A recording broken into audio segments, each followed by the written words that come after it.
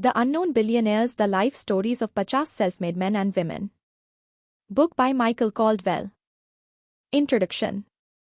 क्या आपको हमेशा ये लगता रहा है कि पैसा सिर्फ पैसे वालों के पास होता है और आम लोग कभी बिलियनेयर नहीं बन सकते? तो आम लोगों को बिलियनेयर बनने के लिए क्या करना होगा? किस तरह के लोग आखिर बिलियनेयर बनते हैं? क्या आपको लगता है कि बिलियनेयर हमेशा एक खुशहाल और सुकून भरा जीवन जीते हैं?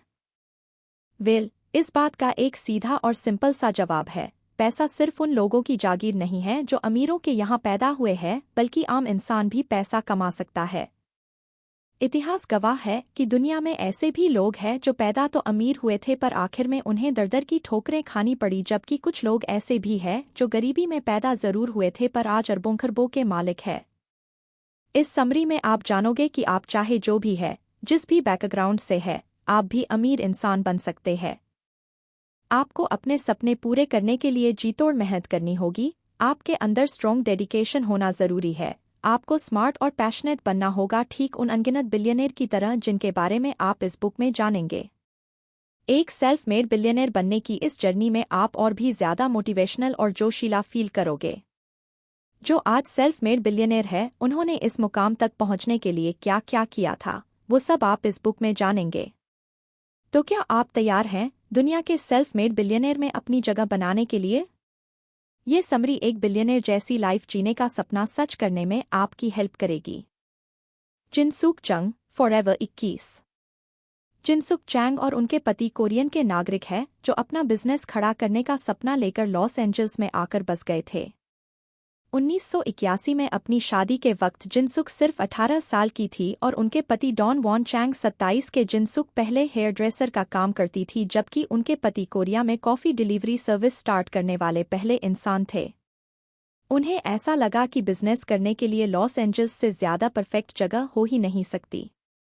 जिस वक्त वो लॉस एंजल्स गए थे, उन दिनों गारमेंट इंडस्ट्री कोरिया से आए इमिग्रेंट्स और ला कोरियन अमेरिकन कम्युनिटी के लिए एक बिजनेस ट्रेंड हुआ करती थी। डॉन वॉन ने एक गैस स्टेशन में पहरेदार की ड्यूटी की ताकि वो लोग अपने कपड़ों के रिटेल बिजनेस के लिए कोई सस्ती सी रेंटेड जगह ले सके। बिजनेस कंपटीशन काफी टफ था, इसलिए जिनसुक और उनके पति को अपने कॉम्पिटिटर्स से एक कदम आगे रखकर चलने की जरूरत थी। जिनसुक को सामान चुनकर बेचने का काम दिया गया और उनके पति बिजनेसमैन बने। दोनों ने अपने क्लोथिंग स्टोर का नाम रखा फैशन 21 फीट, जहां उनका मेन टारगेट था टीनेज कस्टमर्स। वो लोग अपनी बिजनेस स्ट्रेटेजी पर कस्टमर्स की चॉइस के हिसाब से फोकस किया करते थे। डिजाइन, मटेरियल और फिटिंग सब कुछ क्लाइंट्स की पसंद के हिसाब से रखा जाता। उनके स्टोर में वही मिलता था जो कस्टमर्स चाहते थे, इस वजह से उनके क्लाइंट्स दिन ब दिन बढ़ने लगे।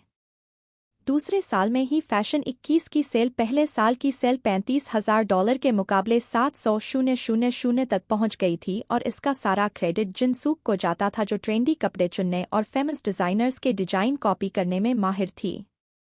उनके डिजाइन और स्टाइल के कपड़े लिमिटेड होते थे जो सिर्फ एक हफ्ते तक ही अवेलेबल रहते थे। अगले हफ्ते फिर नया डिजाइन आ जाया करता था।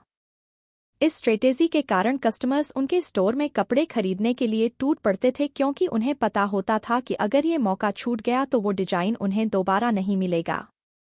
2005 तक सुक और उनके पति ने पूरे देश में 355 स्टोर खोल डाले थे। 2014 आते आते दुनिया भर में उनके 500 स्टोर खुल चुके थे। अब उन्होंने अपने बिजनेस का नाम बदलकर फॉरएवर 21 फीट रख लिया था। उनकी कहानी से ये बात साबित हो गई कि अगर इंसान के अंदर जुनून हो तो वो क्या नहीं कर सकता, यहाँ तक कि एक फॉरेन देश में भी सक्सेसफुल हो सकता है। बाकी कंपनियों की तरह चेंग कपल और उनके फॉरएवर 21 फीट को भी कई मुश्किल हालातों का सामना करना पड़ा, कई तरह के इल्जाम झेलने पड़े और वो कई विवादों से घिरे रहे। उन पर कॉपीराइट उल्लंघन और लेबर लॉ तोड़ने जैसे इल्जाम भी लगे। उनकी कंपनी के 19 वर्कर्स ने उन पर इल्जाम लगाया था कि कंपनी में उन्हें बेहद बुरी हालत में काम करना पड़ा था। 2001 में Asian Pacific American legal centre ने इन वर्कर्स की तरफ से उन पर एक केस फाइल किया और फॉरएवर 21 फीट को $4 मिलियन में मामला सेटल करना पड़ा था। इसी साल फॉरएवर 21 फीट के खिलाफ एक नेशनल बॉयकॉट लॉन्च किया गया और ये मामला भी 2004 में जाकर शांत हुआ। ये कुछ केस थे जो फॉरएवर 21 फीट के खिलाफ फाइल किए गए और सेटल कर लिए गए और बाकी दूसरे केस भी इसी तरह सलटाए गए थे। इन विवादों और मुश्किलों के बावजूद फॉरएवर 21 फीट और जिनसूक को और उनके कस्टमर्स को इन बातों से कुछ खास फर्क नहीं पड़ा। कस्टमर्स पर उनके फेवरेट ब्रांड के नेगेटिव फीडबैक का कोई इम्पैक्ट नहीं हुआ। लोग आज भी फॉरएवर 21 फीट के स्टोर में जाकर शॉपिंग करना पसंद करते हैं और उनके अफोर्डेबल यानी किफ़ायती डिज़ाइनर कपड़ों के दीवाने हैं। इंगवार कामप्रद आइकिया। इंगवार कैम्प्राड 1926 में स्वीडन में पैदा हुए थे। उनकी परवरिश एग्न्यार्ड नाम के गांव में एक फार्म में हुई थी जिसका नाम था एल्मटेरिड। इंगवार बेहद सिंपल लड़के थे लेकिन उनके सपने बहुत बड़े थे। इंगवार एक बड़ा बिजनेस खड़ा चाहते थे और इस सपने को पूरा करने के लिए उन्होंने कोई मौका नहीं चुका। बचपन में इंगवार अपने आस पड़ोस में साइकिल चलाकर माचिस के डिब्बे, घर में सजाने का सामान और ऑफिस में इस्तेमाल की जाने वाली चीजें बेचा करते थे। जब वो 17 साल के हुए तो उनके पिता ने उन्हें एक अच्छा स्टूडेंट होने के एवज में इनाम के तौर पर बिजनेस में लगाने के लिए पैसे दिए। ये साल 1943 की बात है जब उन्होंने अपने फेमस ब्रांड आइकिया की फाउंडेशन रखी। इंगवार ने आइकिया नाम अपने नाम के पहले 2 अक्षर, अपने फार्म एल्मयार्ड और अपने गांव का नाम एगुन्यार्ड के नाम के इनिशियल्स पर रखा था। हालांकि इंगवार ने अपनी एजुकेशन कंप्लीट नहीं की थी लेकिन इसके बावजूद उन्होंने अपना सपना पूरा करके दिखाया। वो इसे एक स्टेपिंग स्टोन मानते थे जिसने उन्हें अपना खुद का बिजनेस खड़ा करने का एक्साइटमेंट दिया था। इंगवार का विजन आइकिया को लेकर कुछ यूं था कि ये कंपनी उनके लिए नहीं बल्कि दूसरों के लिए है। उनका गोल लोगों को सस्ता मगर यूनिक डिजाइन का फॉर्च्यूनर अवेलेबल कराना था। जल्द ही आइकिया ऐसे सेल्फ असेंबल्ड यानी खुद जोड़ना फर्नीचर और होम डेकोर्स के लिए फेमस हो गया जो कस्टमर्स को खुद अपना फर्नीचर असेंबल करने की एक सेटिस्फैक्टरी फीलिंग देता था। एक और फैक्टर था जिसने आइकिया को पॉपुलर बनाया, वो ये कि डिसलेक्सिया होने के बावजूद इंगवार ने प्रोडक्ट्स का नाम रखने के लिए नंबर्स यूज करने के बजाय स्वीडिश नाम रखे थे। उन्होंने अपने फर्नीचर के नाम स्वीडिश शहरों के नाम से लेकर स्वीडिश आदमी और औरतों के नाम पर रखे ताकि इंगवार को नाम याद रखने में आसानी हो। जब कस्टमर्स उनसे होम डेकोर और फर्नीचर्स खरीदते हैं तो आइकिया अपने कस्टमर्स को एक अलग ही एक्सपीरियंस देती है। कस्टमर्स उन फर्नीचर्स पर बैठ सकते हैं, उन्हें छूकर देख सकते हैं कि ये पीस उनके घर में कैसा लगेगा या उसे यूज करने का एक्सपीरियंस कैसा रहेगा। आइकिया को भी दूसरे बिजनेस की तरह कुछ कंट्रोवर्सीज फेस करनी पड़ी। उनमें से एक कंट्रोवर्सी ये थी कि कस्टमर्स के मन में आइकिया के प्रोडक्ट्स की ड्यूरेबिलिटी और क्वालिटी को लेकर डाउट था। उन्होंने कहा कि आइकिया अपने प्रोडक्ट्स में चीप मटेरियल यूज करता है, इसलिए उनके प्रोडक्ट लॉन्ग लास्टिंग नहीं होते। कंपनी की सबसे बड़ी कंट्रोवर्सी ये थी कि आइकिया के प्रोडक्ट बनाने के लिए जर्मनी की जेलों में कैदियों का इस्तेमाल किया गया और उनका फायदा उठाया गया। जबकि सच तो ये था कि आइकिया डायरेक्ट उन कैदियों के साथ काम नहीं करवाता था बल्कि एक एजेंसी इन कैदियों के जरिए आइकिया के लिए प्रोडक्ट्स बनाया करती थी। इस मामले ने काफी तूल पकड़ा जिससे आइकिया की इमेज को एक ऐसी कंपनी के तौर पर काफी धक्का लगा जो एवरेज कंज्यूमर्स को सपोर्ट करती है। मामले को शांत करने के लिए आइकिया ने एक स्टेटमेंट जारी करते हुए कहा कि वे कैदियों का शोषण नहीं कर रहे थे। हालांकि ये मामला फिर भी शांत नहीं हुआ। एक और बड़ी कंट्रोवर्सी उन्हें तब फेस करनी पड़ी जब इंगवार ने 1994 में एक प्रो नाजी मीटिंग अटेंड की। हालांकि उन्होंने इस इल्जाम से इनकार नहीं किया बल्कि उन्होंने अपनी इस गलती के लिए पब्लिकली माफी भी मांगी। जल्द ही उन्होंने एक मेमो भी रिलीज किया जिसका टाइटल था the greater mistake of my life. Ingvar के आइकिया का विजन आज भी वही है और वो अपने प्रोडक्ट्स की क्वालिटी इंप्रूव करने के लिए सस्टेनेबल मटेरियल जो वो यूज करते हैं उसे डबल करना चाहते हैं। आज की तारीख में इंगवार ने कंपनी के बोर्ड में पोजीशन ले रखी है और अपने तीनों बच्चों को उन्होंने पावर दी है कि वो आइकिया के विजन और लॉन्ग टर्म स्ट्रेटेजी को आगे बढ़ाए। बॉब पार्सन्स, बो डैडी। बिलियनर बनने से पहले बॉब पार्सन्स की फैमिली बाल्टीमोर में पैसों की तंगी का सामना कर रही थी। पार्सन्स अपनी फैमिली के लिए 2 वक्त की रोटी जुटाने के लिए जी-तोड़ मेहनत किया करते थे। पैसे कमाने के लिए पार्सन्स ने क्या क्या पापड़ नहीं बेले। उन्होंने न्यूज़पेपर डिलीवरी बॉय से लेकर गैसोलीन बॉय और यहां तक कि कंस्ट्रक्शन साइट में मजदूरी भी की। पार्सन्स ने पैसे कमाने के लिए तो काफी मेहनत की पर स्कूल में उनकी परफॉर्मेंस कुछ खास नहीं रही। वो बताते हैं कि स्कूल में उन्हें बहुत कम ग्रेड्स मिलते थे और वो सिर्फ हाई स्कूल तक ही पढ़ पाए क्योंकि 1968 में उन्हें मरीन कॉर्प्स में भर्ती कराया गया था। उनके टीचर्स ने डिप्लोमा लेने में उनकी मदद की ताकि वो मिलिट्री में भर्ती हो सकें। पार्सन्स ने United states marine corps join किया जहां 1969 में जंग के लिए उन्हें वियतनाम भेज दिया गया। हालांकि उन्हें जल्द ही वापस घर भेज दिया गया क्योंकि जंग के दौरान एक धमाके में वो बुरी तरह घायल हो गए थे। वो कई महीनों तक हॉस्पिटल में रहने के बाद ठीक हुए। उसके बाद उन्होंने एक स्टील मिल में मजदूर के रूप में काम किया।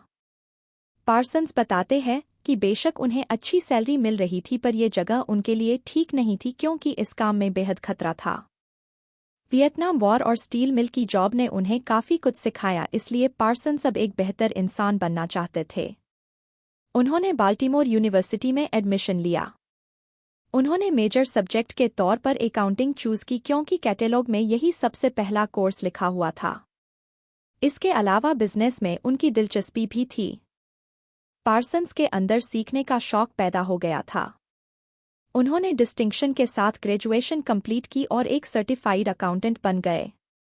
उन्होंने कई कंपनियों के लिए काम किया और इसी दौरान एक नया शौक उन्हें लगा, कंप्यूटर प्रोग्रामिंग का। कंप्यूटर प्रोग्रामिंग सीखने के बाद पार्सन्स ने एप्पल खरीदा और इसके ऑपरेटिंग सिस्टम और प्रोग्रामिंग लैंग्वेज को स्टडी करना शुरू कर दिया।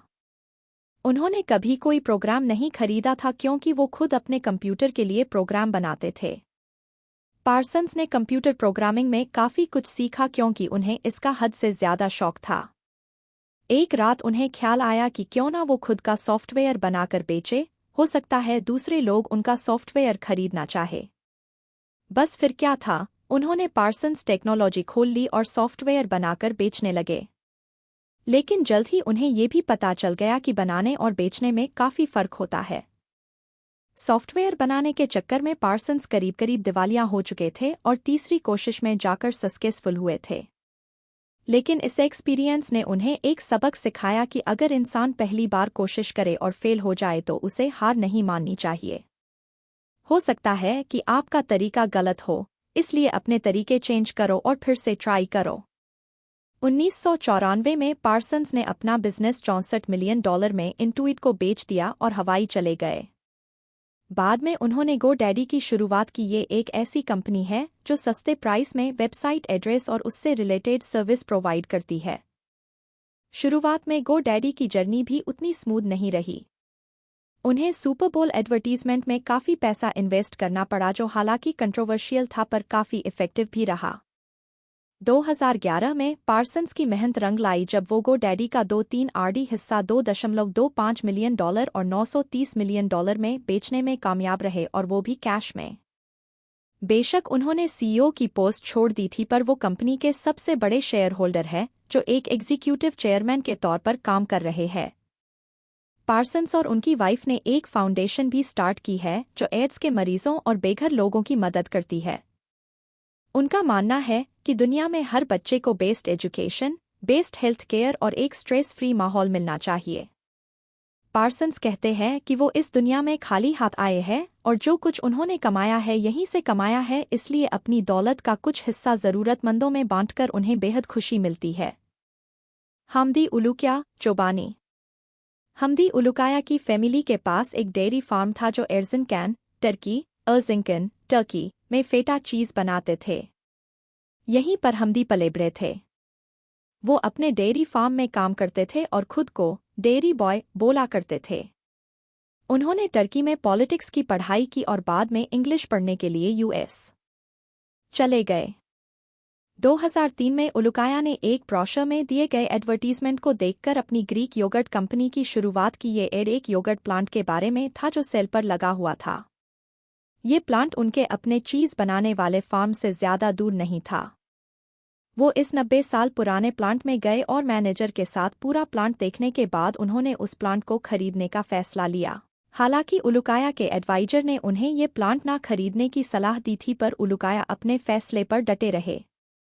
वो हमेशा यही सोचा करते थे कि अमेरिकन योगर्ट ग्रीक या टर्की योगर्ट जैसे टेस्टी क्यों नहीं होते। उन्होंने प्लांट के बचे कुचे एम्प्लॉइज़ को हायर किया और उन्हें अपनी कंपनी में स्टॉक होल्डर बना दिया। सबकी यही दुआ थी कि उलुकाया अपनी कोशिश में कामयाब रहे। उलुकाया एक ऐसा योगर्ट बनाने की कोशिश में जुटे थे जो यूएस के कस्टमर्स को पसंद आए। सबसे बेहतरीन ग्रीक योगर्ट की रेसिपी ढूंढने के लिए उन्हें काफ़ी दौड़-धूप करनी पड़ी और आखिरकार उन्हें साउथ ईस्ट मेडिटेरेनियन में एक जबरदस्त रेसिपी मिल गई। उलुकाया ने अपनी कंपनी का नाम चोबानी रखा। टर्किश में चोबानी का मतलब होता है शेपर्ड यानी चरवाहा।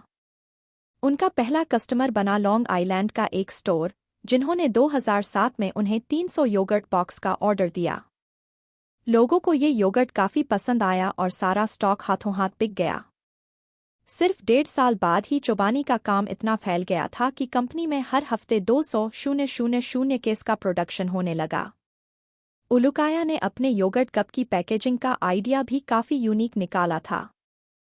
चोबानी बाकी कंपनियों से अलग नहीं थी कि उन्हें खुद को जमाने में प्रॉब्लम फेस ना करनी पड़ी हो। एक टाइम ऐसा भी आया कि कई बड़ी कंपनियां उलुकाया का बिजनेस खरीदने के लिए उनके पीछे पड़ गए थे।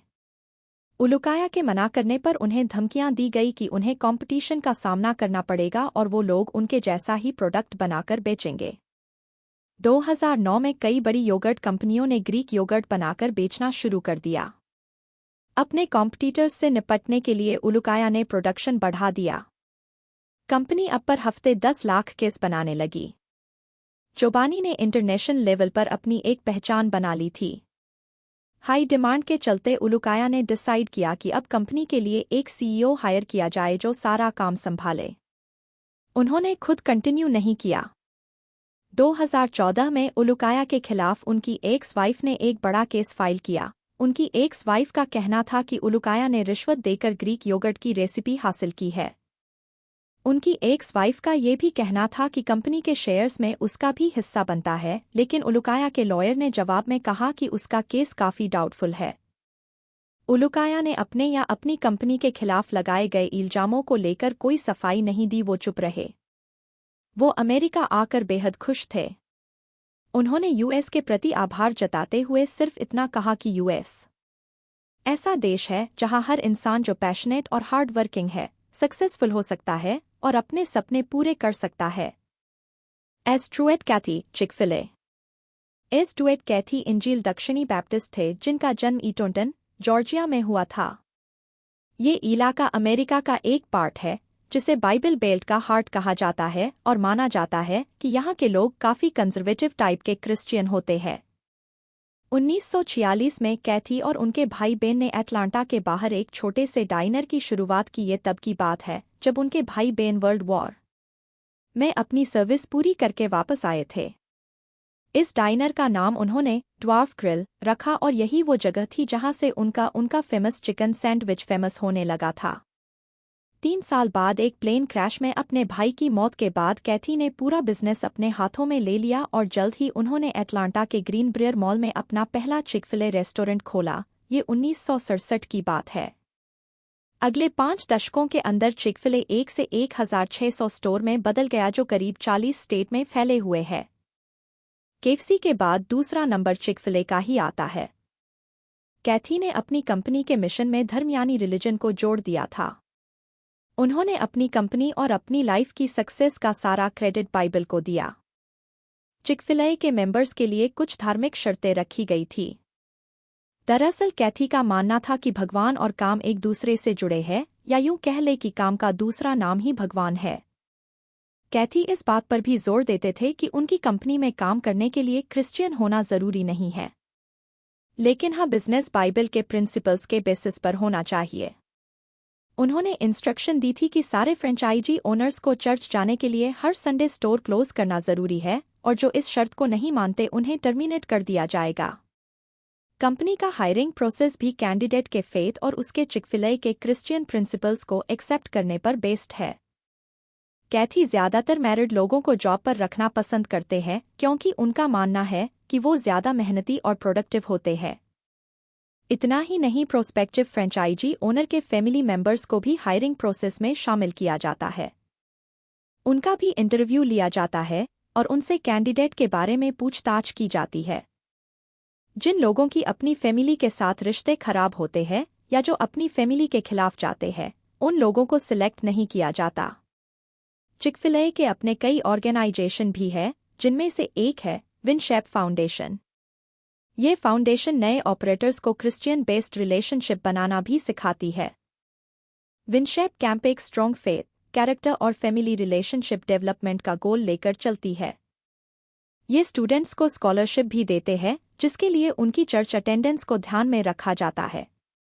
ये चिक-फिल-ए के स्ट्रिक्ट क्रिश्चियन प्रिंसिपल्स ही है, जिनकी वजह से कई बार एम्प्लॉइज ने कंपनी पर भेदभाव का आरोप भी लगाया है। ऐसी ही एक शिकायत थी एक मुस्लिम एम्प्लॉई की, जिसे सिर्फ इसलिए जॉब से निकाल दिया गया था क्योंकि उसने जीसस क्राइस्ट की ग्रुप प्रेयर में शामिल होने से इनकार कर दिया था। 2012 में कैथी के सबसे बड़े बेटे और चिक-फिल-ए के प्रेसिडेंट डैन कैथी ने गे मैरिज के खिलाफ एक भड़काऊ बयान दिया था, जिसके कारण अलग-अलग ग्रुप के लोगों के बीच एक डिबेट का माहौल बन गया था। डैन ने गे मैरिज को लेकर अपनी असहमति जताई थी, जिसके खिलाफ civil rights group, college student और एलजीबीटी कम्युनिटी ने जमकर प्रोटेस्ट किया था।